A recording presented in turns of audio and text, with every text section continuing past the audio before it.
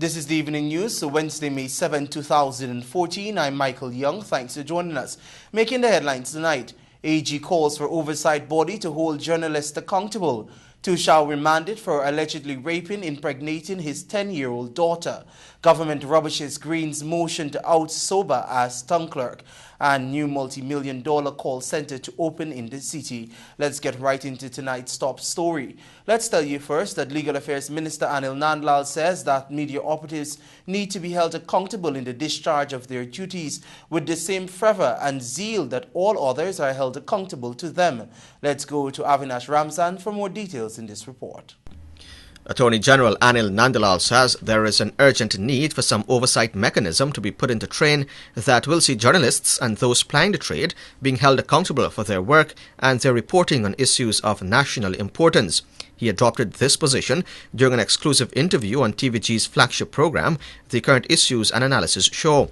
The Attorney General was at the time addressing core concerns about press freedom in Guyana and the need for more to be done to promote a freer and more democratic press. The media demands accountability from every sector in the country. People in their personal life, people in their professional life, government, the court system, the National Assembly, the opposition. Media demands accountability from all these people. Because, and they should, but to whom do they account? Who watches the watchdog? The media can't be rotating out there in some atmosphere that is unregulated.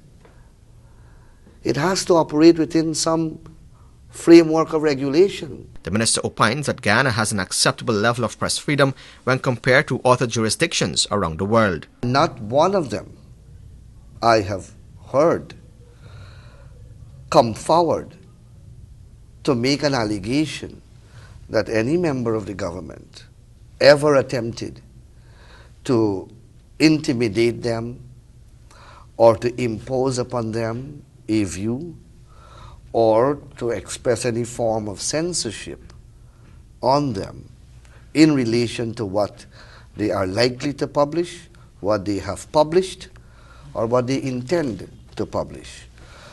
So I would say, to sum it up, that in Guyana we have acceptable standards in terms of freedom of the press and freedom of the expression. He further stated that journalists in Guyana seem to be exhibiting different levels of abuse depending on the issues that are engaging their attention and the news outfit that is reporting to the public. I have no problem with criticisms being leveled at a government. In fact, that is part of the democratic tradition. That's part of the rules of the game. But compliments must also be published. Achievements, positive acts and deeds of the government and those who are in government must also receive the same prominence. Nandlall says the PPP remains firm in its commitment towards media development and called for more journalists to be trained to ply their trade more effectively. The AG maintains that with power comes great responsibility, as he admitted that not even the media's power is limitless, regardless of how legitimate it may be. Tushau was remanded to prison when he appeared before Acting Chief Magistrate Priya Bahari in the Georgetown Magistrates Court today. The man was charged with raping and impregnating his 10-year-old daughter. The incident was said to occur in Region 1. The Tushau was arrested last week after the child fell ill and was taken to seek medical attention, after which the startling discovery was made. The welfare officials and police were called into the matter, and tests proved that the 10-year-old girl was 4 months pregnant. Cabinet Secretary Dr. Roger Luncheon today refuted claims that the controversial U.S. lead project through the U.S. aid was ever officially agreed upon between the United States and Guyana's government. More details from Alexis Rodney. The Cabinet Secretary said that government views with considerable distaste the misrepresentation of information by the U.S. ambassador, which suggests that it was a party to or had agreed on the content of the lead project. He said the contention being peddled indicates that the contract to carry out the project was approved in 2009 when the two entities met. Cabinet rejects in its entirety any submission by the ambassador that USAID lead project was the subject of any agreement between the government of Guyana and USAID. According to Luncheon, government maintains that the lead project was conceived, designed and approved without any reference or notification by Guyana's government. Government contends too that the services of the lead project implementing agency, the IRI, was procured by the U.S. aid long before plans were shared with the government and the people of Guyana. Cabinet objects to any resort to the use of the provisions of the 2009 Government of Guyana USAID agreement to provide some legitimacy for this unfortunate act, this unilateral act, this act of imposition by the U.S. authorities. Luncheon told journalists that he and the ambassador will be meeting again tomorrow to discuss issues relating to the project. He said, however, that government remains strong in its position. Speaking to issues involving head of the U.S. lead project, Glenn Bradbury, Luncheon said his non-departure can be considered unsettled business, and according to him, that issue will soon be resolved. Meanwhile, U.S. Ambassador Brent Hart, speaking with reporters, said that he hopes that the government and the U.S. could find a way forward on the project. Hart said that in spite of the diplomatic and political differences, his goal is to mitigate problems. According to the ambassador, he, along with the U.S. government, remains committed to the project. I think it's doing very good things for the people of Guyana. It was designed for the people of Guyana. As we said, it's part of a framework from 2009, our democracy and governance, governing justly and democratically program.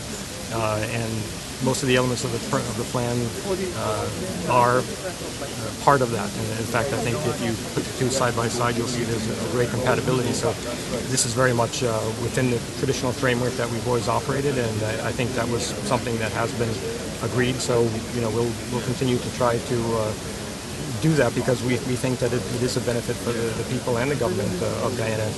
Reporting for the Evening News, I'm Alexis Rodney. Gomiti Gangadin joins us now to report that the government has strongly condemned attempts being made by City Mayor Hamilton Green to oust acting town clerk Carol Sober out of office as it rubbished any decision taken by what it described as an illegal meeting held yesterday. Luncheon made the comments during his weekly post-cabinet briefing today. The head of the cabinet secretariat related that the extraordinary meeting was never sanctioned by the town clerk and as such was not legal. He mentioned too that any motion passed by the mayor and his councillors is not legitimate. He raised his contempt to new heights in summoning an extraordinary meeting of the council at which 3 motions were to be dealt with. The mayor has no such power. The mayor has been told that he has no such power. The mayor knows that he has no such power. This pathetic display obviously is more evidence of his contempt for Guyanese. Luncheon's comments come a day after the Mayor Green, his deputy Patricia Chase Green, and 13 councillors moved and unanimously supported 3 motions for the acting town clerk Carol Suba to be removed from her position and be replaced by the council's public relations officer Royston King. The second motion sought to have the Easter sale on the vending spots activity along the seawalls deemed illegal and for the acting town clerk to return all of the monies which were collected. The third motion was moved to have Finance Chairman Junior Garrett be relieved of his position with immediate effect for the signing off of the council's funds without permission or authorization from the council. Reporting for the Evening News, I'm Gomati Gangadin. Meanwhile, Georgetown's Deputy Mayor Patricia Chase Green has issued a call on the government for the local government elections to be contested in order for the ongoing conflicts at City Hall to be resolved. Chase Green made the statements during the council's extraordinary meeting on Tuesday in the compound of City Hall after the councillors had been locked out of the meeting chambers by acting town clerk Carol Suba. According to the Deputy Mayor, the laws in Guyana clearly state that local government Minister Norman Whitaker is not legally authorized to appoint the town clerk or to make decisions for the council, but yet he is interfering and doing the same, thereby causing confusion at the council. It was on this note that the woman dared the government to prepare for and to make the elections possible, noting that once this has been done, the council will ultimately know its position and the government will know theirs once the people have spoken. A pensioner succumbed to her injuries at the Georgetown Public Hospital while another is suffering bodily injuries following an accident at the intersection of J.B. Singh Road and Thomas Road, Georgetown on Tuesday. Dead is Harriet Philadelphia, 66 of Pike Street, Kitty, while the injured was identified as Jason Lashley, 25 of 6th Street, Alberton, Georgetown. According to information received, the 2 motorcyclists were heading about their business when they collided with each other at the intersection of J.B. Singh Road and Thomas Streets. Lashley and Philadelphia received injuries and were admitted to the Georgetown Public Hospital, where the pensioner succumbed to her injuries while receiving medical attention. You're tuned to the Evening News. Join us after these messages for more news.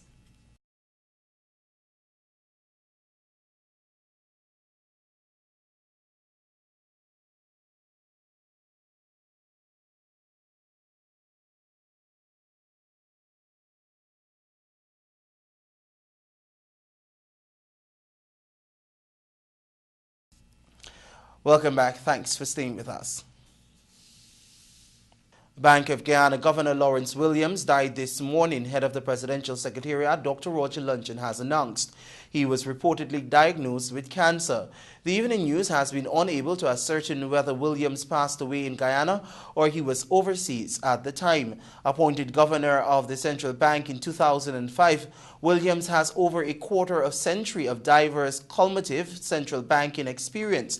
In 1979, just after successfully completing the Bachelor's of Sciences degree in management, he joined the staff of the bank as an assistant principal in the Exchange Control Department, where he held major responsibility for implementing and maintaining the system for monitoring exports and collection of export receipts. The government of Guyana has announced that it will be opening up a call center in the heart of the city, which will see hundreds of families earning more income and young people gaining employment, as we hear in this Gabriela Patram report. The government of Guyana is in the initial stage of setting up a call center in Region 4, which will see some 200 persons gaining employment. This was disclosed by Minister of Housing and Water Irfan Ali during the commissioning of new roads in Enmore. The program, dubbed the Rural Livelihood Development Program, is specified in this year's budget. One idea that we are playing with for this NDC is for the government to invest in putting up the infrastructure for a call center that would be able to employ 200 persons. Ali said the project is designed by the government for the people of Guyana so that they can have more income coming into their homes. If you have a family, and I tell you how a call center operates, and the husband works in the estate, and we train the wife, she can work a shift during the day and get $40,000. And if they have a son going to university who can come home in the evening and work a shift, he also will get $40,000. So in addition to the earning that that person working in the factory or the sugar estate would bring in every month, the family now would have an additional $80,000 at their disposal. Over the last 2 years, there has been a number of call centers established around the country, which has seen young people especially benefiting from this sector. For the Evening News, I'm Gabriela Patram. The Central Islamic Organization of Guyana said it strongly condemns last week's killing of 30 innocent people, including women and children in India in the state of Assam. The CIOG, in a release, noted that the well-being of India and its people is close to the heart of Guyana, especially since about 50% of Guyanese are of Indian descent and they include Muslims and Hindus. The CIOG pointed out that the communal violence in India and those behind it should be condemned since it has ramifications for the well-being and stability of the multicultural and multi-religious democracy here in Guyana. You'll now hear that Crime Chief Leslie James has said that the police have already been able to crack a number of cases with a new automated fingerprint identification system, which was officially handed over by the United States government yesterday. Alexis Rodney reports. Speaking briefly at the handing over ceremony at the CID headquarters, James related that the new system has been tested and has assisted the force in making major breakthroughs in numerous cases. These include 3 murder cases, 53 incidents of break and enter and larceny, 3 simple larceny cases, and 4 cases of robbery under arms. Ambassador, Honorable Minister, colleagues in law enforcement, members of the media, this piece of equipment will take us a long way in our crime fight. And from my report to you, it is clear that we've been having successes. And it's my privilege to be here this afternoon to clearly say to you that it has been a piece of equipment, a piece of tool that have been assisting us or have been bolstering our work in crime fighting. The crime chief related that the force has seen an increase in public trust since it began using the equipment. He expressed thanks to the U.S. representatives for the initiative and for all other efforts used to foster a robust relationship between the two countries. U.S. Ambassador to Guyana D. Brent Hart said it was a privilege to hand over the equipment to the Guyana Police Force. According to him, AFIS is the world's leading international standard for criminal investigation and rapid identification and can be used to assist prosecutors in building solid cases against suspects by providing evidence against them.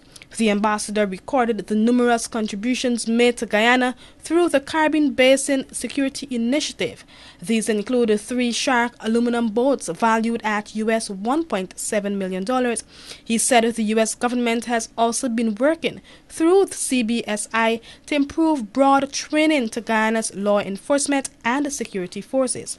According to Hart, security is everybody's business. If we are to be successful over the long term, our efforts to boost security and law enforcement must be embedded in a strong democratic, economic, and social framework. This is why U.S. assistance to Guyana has always sought to integrate economic development, security, democracy and governance, and social issues, an approach the government of Guyana has long endorsed and worked together with us in partnership to advance.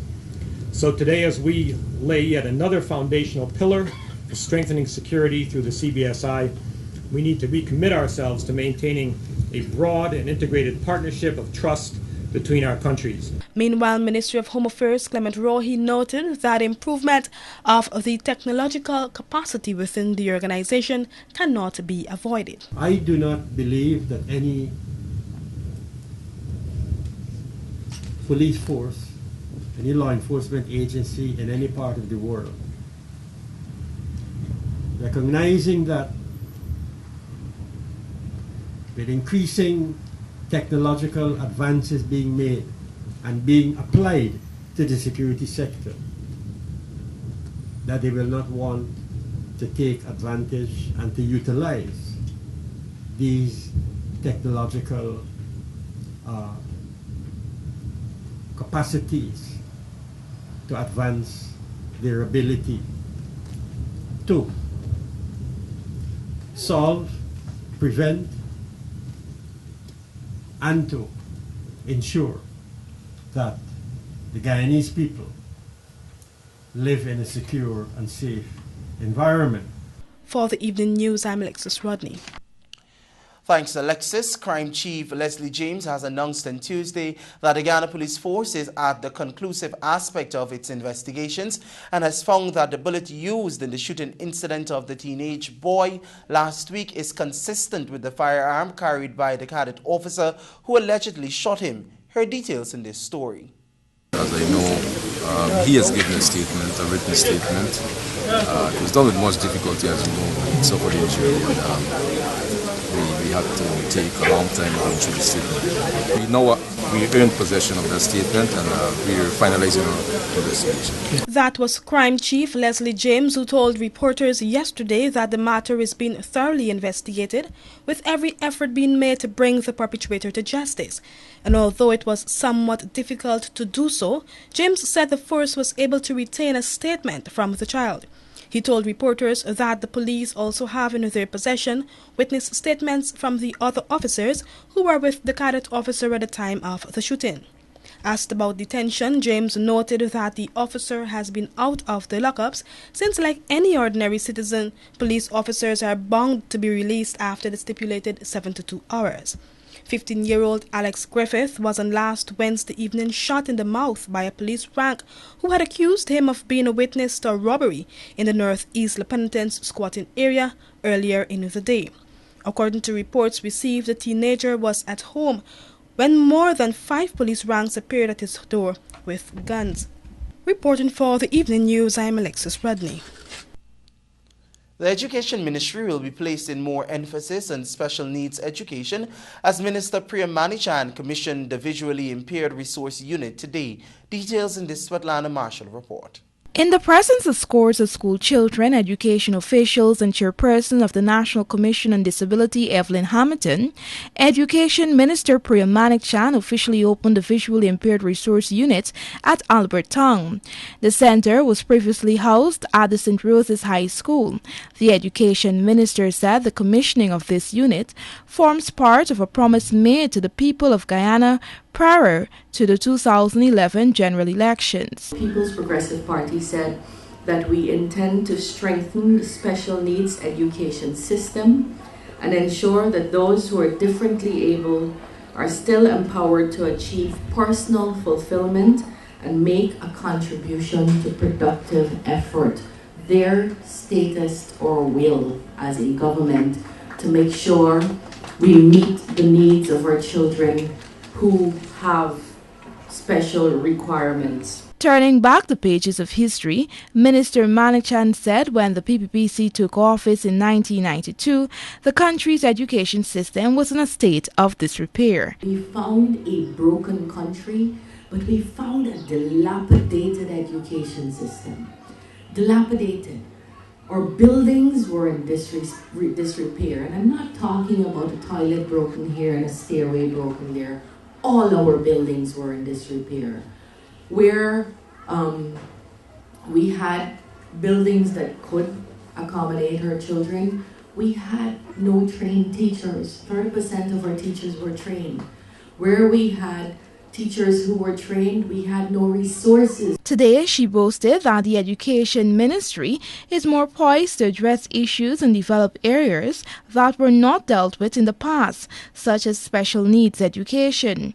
While there were many other speeches pointing to the advances made in addressing the need of the disabled population, the National Communications Network production supervisor Julie Lewis, who was the first completely blind person to attend secondary school, offered words of wisdom and encouragement to the visually impaired students in attendance. When we started, we had practically nothing, very few facilities.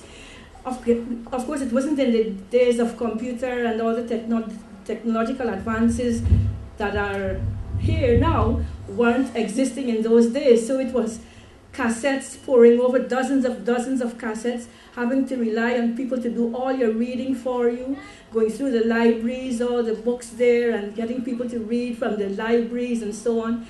Now it's much, much easier with the, as I said, with the advent of technology and the advances in technology too.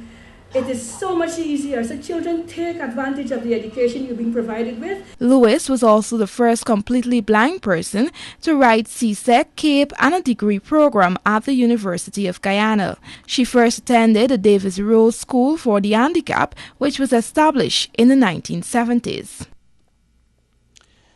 A new United Nations data survey shows that Guyana is among 5 countries in the region with the highest maternal mortality rate and among 6 nations where the rate has increased significantly between 1990 and 2013. Listed as the highest with 380 between 1990 and 2013 is Haiti, followed by Guyana with 250. Bolivia comes in third at 200, Guatemala 140, and Suriname 130.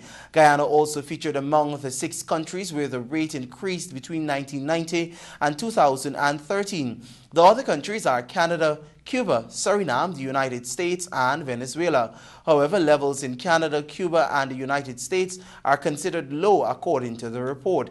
Guyana recorded a total of 18 maternal deaths in 2013, while in 2012 the figure jumped to 25. This is the evening news. More news after these messages. Stay with us.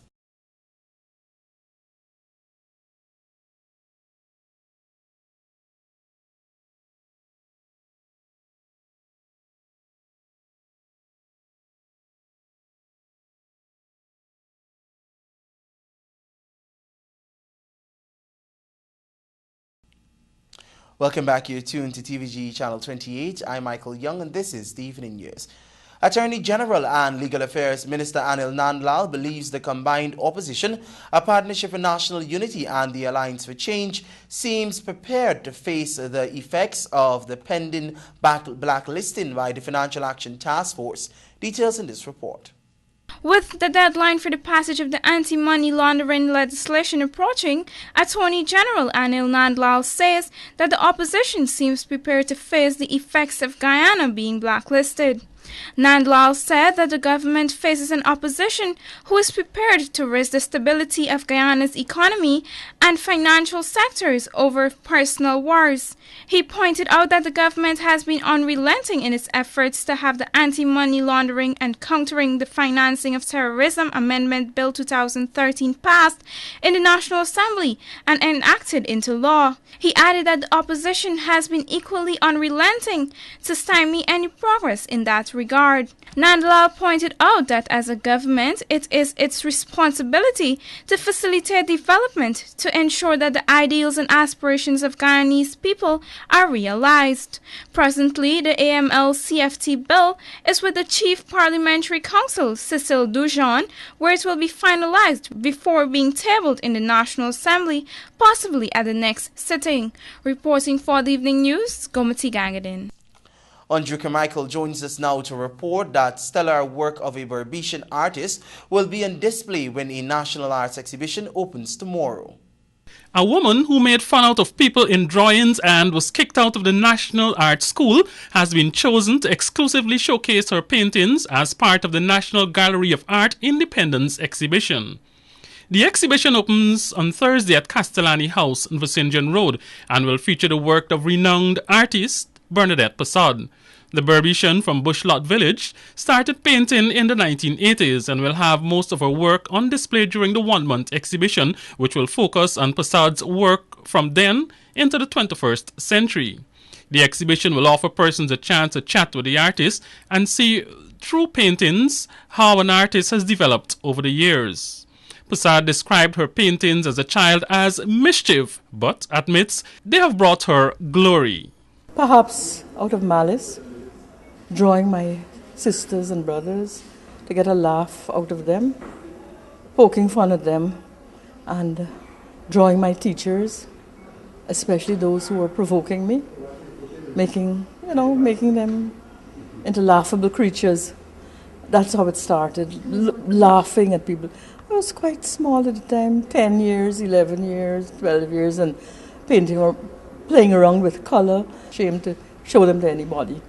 But basically I was doing a lot of cartoons, drawings, you would say, to provoke people. That's how it started. So you could say I was inspired by Malice. In those days, she says it was unthinkable to attempt to pursue a career in art.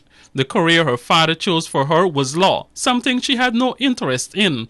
However, after attending the University of Guyana, Persaud, because of her love for art, took studies at the National Art School, where she attended for 3 years. And then I was expelled from the art school. Because it's mixed up with the politics of the time, mixed up with that. But yet you continue. And because of that, I was determined to show that I would be able to do something, be above the average in art despite that. Although not a religious person, Persaud says she is intrigued with the mystery of life and death, something that is evident in her paintings. She also spoke of her most treasured painting. It's called The End of a Season. It's in the National Collection. And this exhibition gave me a chance to see all my work in the National Collection, because most of it was kind of hidden away. That painting was in the cabinet for years and years, since during the Hoyt regime, and then afterwards it was there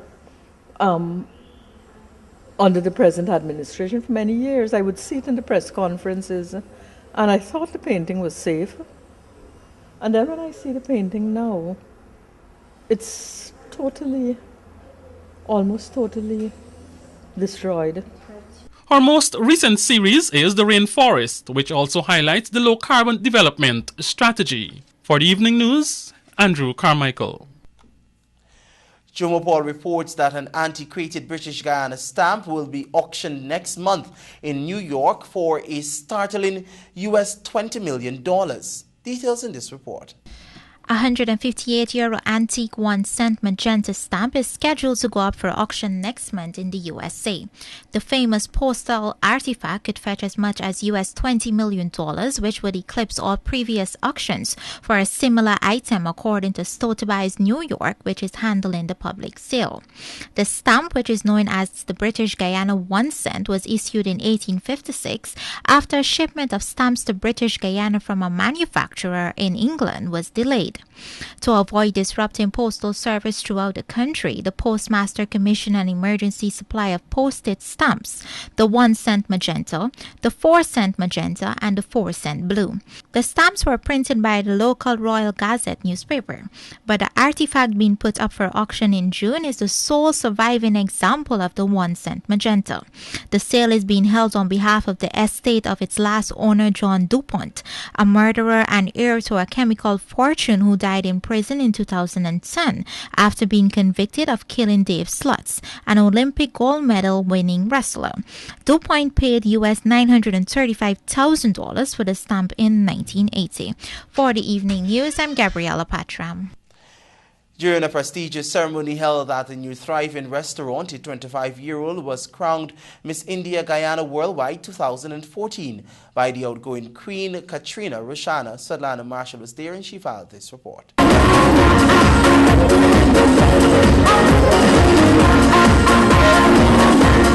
Divya Sudarsan, who is no stranger to the pageant industry, has now taken up the mantle to represent Guyana at the Miss India Worldwide pageant in Dubai come June.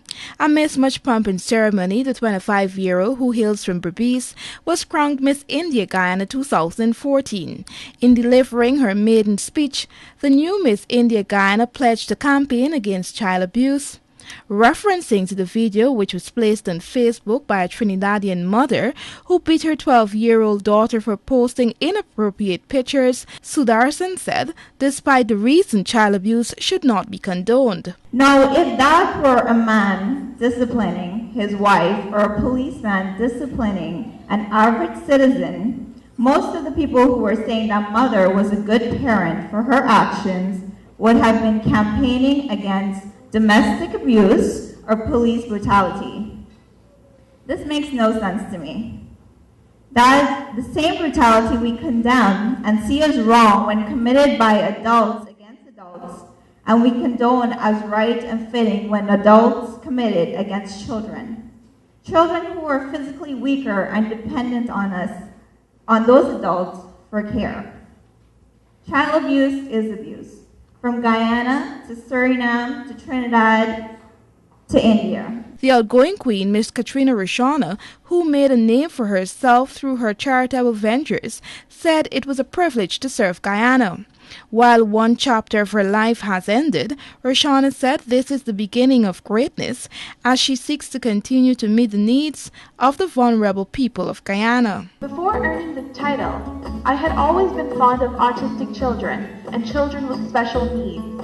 I always knew I wanted to work for them, give to them in any way that I could. With this title, I became the spokesperson and an ambassador for the Step-by-Step School for Autistic Children of Guyana.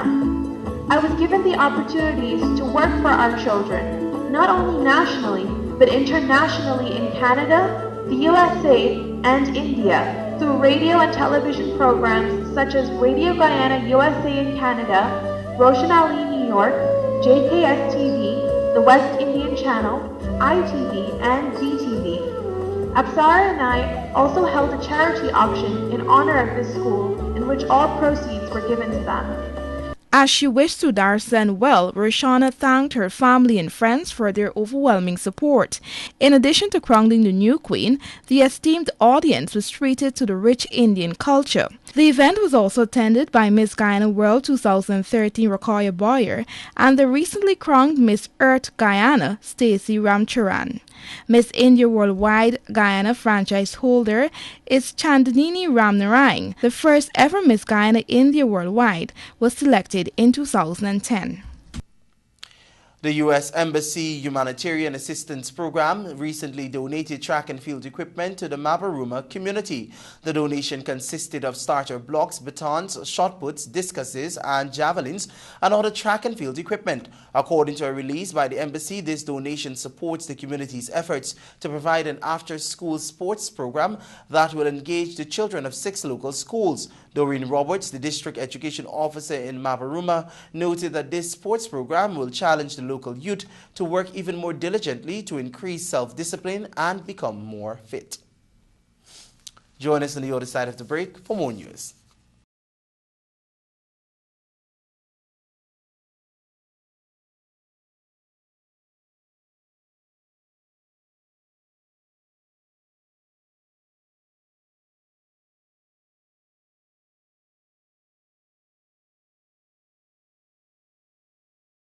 Thanks for staying with us.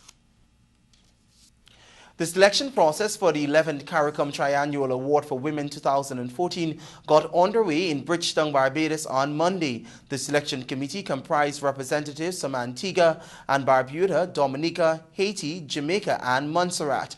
This year, there were 8 nominees from 5 member states. The aim of the award is to honor a Caribbean woman who has made an outstanding contribution to the development of the community. The recipient of the CARICOM Triennial Award will receive a 15-carat gold brooch pendant with the CARICOM logo presented in a jeweled box, as well as a scroll with a citation in a leather cylindrical holder. The 11th CARICOM Triennial Award for Women will be presented this year at the opening ceremony of the 35th meeting of the Conference of Heads of Government to be held in Antigua and Barbuda in July 2014. Since its inception, 10 distinguished individuals have been recipients of this award. Now for some news from the region. 5 years after an American Airlines jet ran off of the runway at the Norman Manley International Airport, the final report on the investigation into the incident has been released. In the report, the Jamaica Civil Aviation Authority stated that the incident could have been avoided if the crew aboard American Airlines Flight 331 took certain precautions. Just under 150 passengers were injured on December 22, 2009, when American Airlines Flight 331 flying from Miami to Kingston overshot the runway at the Norman Manley International Airport and came to a stop inches from the Caribbean Sea. just off the Port Royal Main Road. The report released on Tuesday has documented a wide range of issues that contributed to the crash on the night of December 22, 2009. It noted that while the crew of the American Airlines Flight 331 was very experienced, they did not sufficiently apprise themselves of the safety procedures in approaching and landing in the weather condition on the night of December 22, 2009. Now, internationally, Nigeria's police have offered a $300,000 reward to anyone who can help locate and rescue more than 200 abducted schoolgirls. They were kidnapped more than 3 weeks ago by Islamist Boko Haram militants from their boarding school in the northeastern state of Borno. The militants have been blamed for another attack on a town in the state on Monday, a busy market day. A senator from the remote area said some 300 people had died in the raid. And now for some more international news. Russia's President Vladimir Putin says Ukraine's presidential election on the 25th of May is a step in the right direction. But he said the vote would decide nothing unless the rights of all citizens were protected. Ukraine's PM described as hot air Mr. Putin's call for an independence referendum planned this weekend by separatists in the east to be delayed. Mr. Putin also said that Russia had pulled back its troops from the border as tensions remain high. It's now time for a look at your bridge reports. The Demerara Harbour Bridge will be closed on Thursday, May 8 at 11:30 hours for a period of 1.5 hours. The Berbice River Bridge will be closed on Thursday, May 8 at 9 hours 35 for a period of 1.5 hours. It's now time for us to take a look at your ferry reports. The Barica and Supernam ferries will be departing at 11 a.m. on Thursday, May 8, 2014. Both ferries are also slated to depart their respective locations at 24 hours on Thursday, May 8, 2014. Do join us on the other side of the break for your sport news.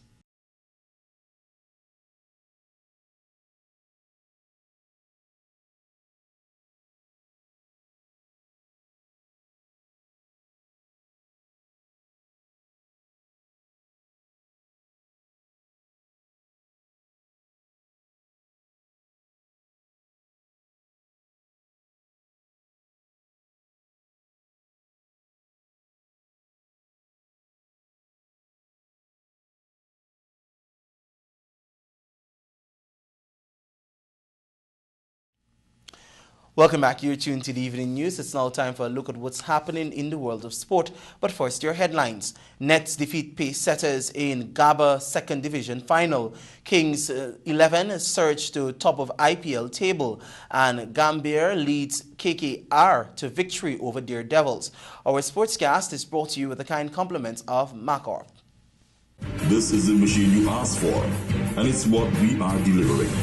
Introducing the new CAT D2 series.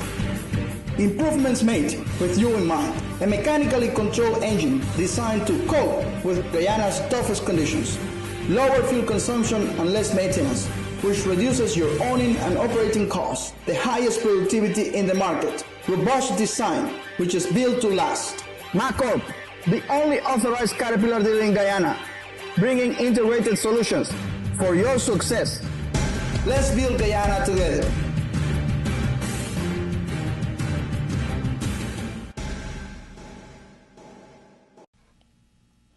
It's now time for a look at the sport news in detail. The Republic Bank Nets were able to pull away from the Trinity Grid Holding Pace Setters to win the Georgetown Amateur Basketball Association 2nd Division tournament on Monday evening at the Cliff Anderson Sports Hall. Tristan Joseph has more. The Nets surged away from the Pace Setters in the final period to walk away with a 48-35 win in the final. Mortimer Williams kept finding his way to the rim for the Nets, leading his team with a game-high 19 points, while Joe Eiffel finished with 9 points. The Pace Setters, who had to play without their most important player, Calvin Harden, after he was ejected with 2 technical fouls, could not find their rhythm in the game. Tyreek Cave scored a team-high 11 points in the loss. Meanwhile, the Georgetown Stars routed the Georgetown Elites 102-57 in a game that will decide the final 12 to be named to the Georgetown team, which will participate in the Inter-Association tournament later this month.